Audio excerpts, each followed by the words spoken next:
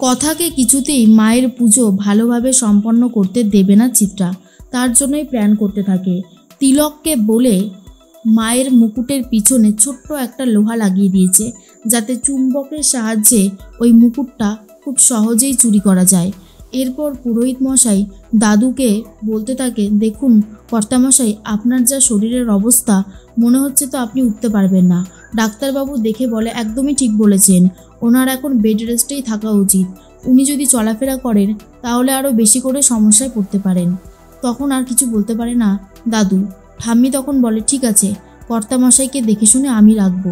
আচার্য মশাই বলে, মায়ের পুজো হচ্ছে এত বছর ধরে, কোনো দিন এই বিঘ্নগুলো ঘটেনি, কিন্তু আজ মনে হচ্ছে মায়ের পুজোয় বড়সড় একটা বাধা করতে চলেছে, হয়তো অনেক বড়ই বিপদ আসবে। শুনে তো ঠাম্মি খুবই ভয় পেয়ে যায়, কি করবে কিছুই বুঝে উঠতে পারছে না। অন্যদিকে কথা কাজ করে নিজেকে ব্যস্ত রাখতে চাইছে, কখনো একগাদা জামা কাপড় কাচ্ছে, কখনো আবার বাসন মাজছে, আবার কখনো বাসন ধুয়ে দিচ্ছে। যেসব দেখার পর নুপুর আর লেখা বুঝতে পারে নিজেকে ব্যস্ত রাখার জন্যই কথা এই সমস্ত কিছু করছে। বিদেশে গিয়ে অগ্নিও খুব একটা ভালো নেই।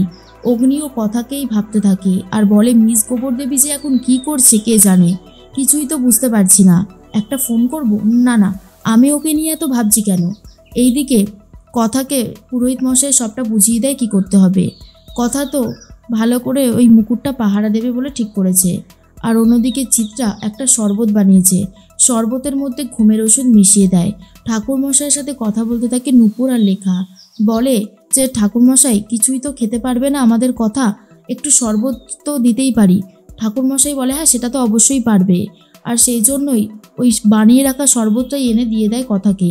কথা ওটা খাওয়ার পরেই ঘুমিয়ে পড়ছে, আর তখনই মুকুট চুরির প্ল্যান করছে চিত্রা।